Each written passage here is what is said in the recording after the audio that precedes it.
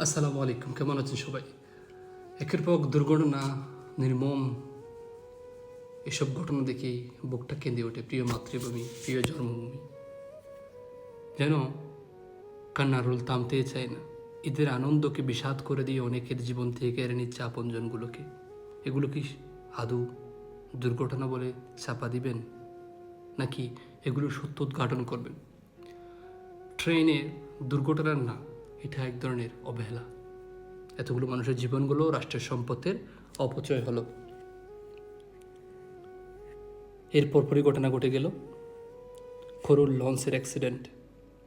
বছরের পর বছর এরকম দুর্ঘটনাগুলোকে এড়ানোর জন্য যেই সম্ভাব্য প্রস্তুতি থাকা উচিত, ক্যামেরা থাকা উচিত, আশেপাশে দেখার ব্যবস্থা থাকা উচিত, সেগুলো নাই। Is a sense of human being হিসেবে নর্মাল ভিতর থেকে আসা উচিত। It doesn't make sense that এটা নির্জন জন্য রকেট সেন্স লাগবে। ইট ইজ কমন সেন্স যে আমি আশেপাশের একটা জায়গায় কেমনে দেখব।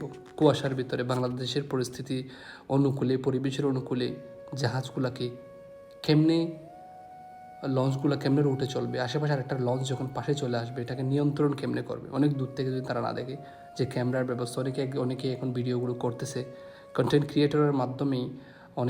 অনেক কিছু এখন প্রকাশিত হয়। অনেক খারাপ কিছু যেন আমরা দেখি, তেমন ভালো কিছু অনেক কিছু ফুটে উঠতেছে। দেশে বিদেশে বিভিন্ন সিস্টেম বিভিন্নভাবে যারা ফাংশনিং করে রিস্ক কমায়, আমার দেশে এগুলো কি পরিবর্তন হবে না?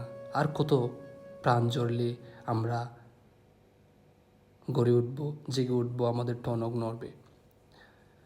এই যে আবার আজকে আর একটা ঘটনা ঘটেলো, যেটার জন্য ভারাক্রান্ত হৃদয় নিয়ে আপনাদের সামনে আবার হাজির এলাম। সেটা হচ্ছে বাসটা গড়িয়ে পানির ভিতরে চলে গেল। কেন, কেমনে পড়ে গেল? তদন্ত কমিটি গঠন করা হলো।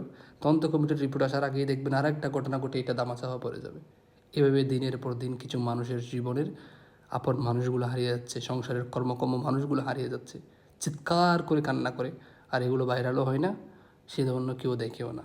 আজকে আপনি, পরশু অন্য কেউ, কালকে আমি। এভাবে বিপদ নামের রাষ্ট্রের দোষগুলাকে আমরা একের পর 20,000, 25,000 আর 15,000 টাকার বিনিময়ে মেনে নিয়ে চুপচাপ হয়ে যাচ্ছি। অথচ কথা ছিল 24-এর গণ অভ্যুত্থান পরবর্তী নতুন বাংলাদেশ এমন একটা বাংলাদেশ হবে যে বাংলাদেশের মধ্যে মানুষ নিরাপত্তার মধ্যে থাকবে এবং একটা স্বাভাবিক মৃত্যুর গ্যারান্টি পাবে।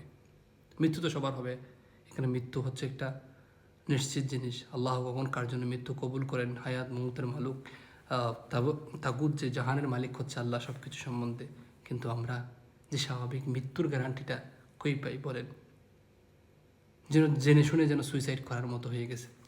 রাস্তায় গাড়িগুলোর বেপরোয়া চলাচল, রাস্তা যেসব বড় বড় লাইনের রাস্তা আছে ওগুলোর মধ্যে ফুটপাতের দখল, এগুলোর বিরুদ্ধে রুখে দাঁড়াবে কি? শুধু প্রধানমন্ত্রীকে গালি দিবেন, এখন বিএনপি আছে বা অন্য কোনো সরকার আছে তাকে গালি দিবেন? নেভার। আমরা সবাইকে ঐক্যবদ্ধ হয়ে সচেতন হতে হবে।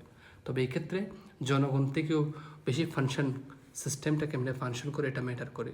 আপনার ফাইনের উপর আপনি এটা কেমনে মেনটেন করতেছেন, পুলিশগুলোকে ঘুষহীন ব্যবস্থার উপর একটা নির্দিষ্ট ইথিক্সের উপর দাঁড় করাতে হবে, সিস্টেমটারে প্রপার ফাংশন করাতে হবে। আসুন না, একটু ভালোবাসি দেশটাকে।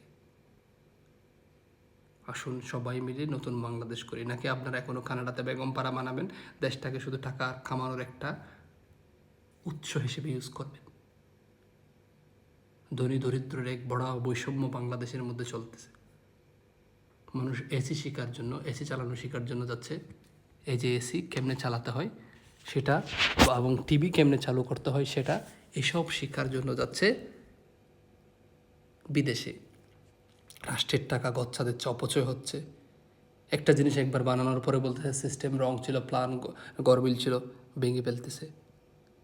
গরিব দেশ আমরা, কিন্তু আসলেই গরিব না, আমাদের গরিব করে রাখা হয়েছে। চাই দয়া করে ঐক্যবদ্ধ হয়ে বাংলাদেশের ভালো কিছুর জন্য করুন। ভালো যেমনে হয় ভেবে চিনতে রাস্তা বের করুন। বিপদ, অ্যাক্সিডেন্ট এগুলো হবে, অ্যাক্সিডেন্ট মানায় নিতে অ্যাক্সিডেন্টই, তাহলে দুর্ঘটনা তো কেউ বলে কেউ আসে না, কিন্তু এগুলো রোধ করার অনেক রাস্তা আছে। যেগুলো এখন আমাদের দেশে অ্যাক্সিডেন্ট হচ্ছে, it's not accident, it's not an accident, এটা একটা দুর্ঘটনা নয় শুধুমাত্র, ইটস টাইপ অফ সুইসাইড। রাষ্ট্র আমাদের জন্য আত্মহত্যার রাস্তা খুলে রেখেছেন এবং ধাক্কা দিয়ে সেদিকে পাঠাচ্ছেন বাধ্য হয়ে।